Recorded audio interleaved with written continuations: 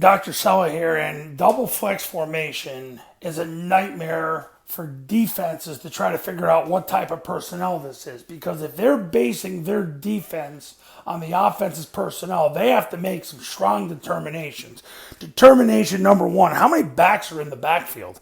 The A backs are a yard behind the tackles, maybe 1.5 to 2.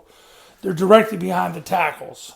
You can sometimes shade them depending on the concept.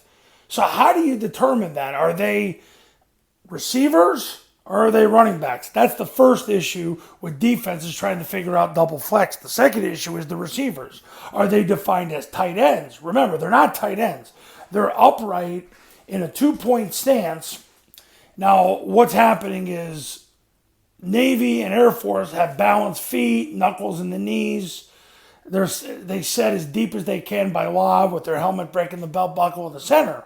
But the question is, are they defined as tight ends or receivers? That's the second nightmare for the defense. So you could have a defense week to week. A defense will look at this and call this 10 personnel because they'll define these guys as receivers and these guys as essentially receivers. 12 personnel, you could have a defense. They're trying to figure out, okay, these guys are tight ends, but these guys are receivers. Or is it 30 personnel? These guys are running backs and these guys are receivers.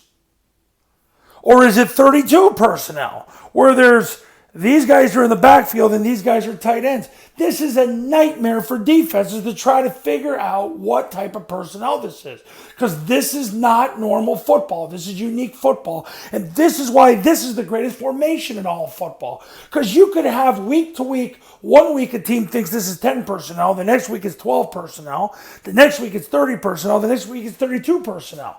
And if they base their defense on offensive personnel, this is going to make them stupid. And that's why it's the greatest formation in the offense. Because number one, you can do everything out of it. Everything from run triple, run mid triple, to the dive, the kick, the toss. That's why it's the best formation. My clients always tell me they have the most success in yards per play out of this formation. Because you can do everything and you're balanced. So the defense doesn't know where you're going.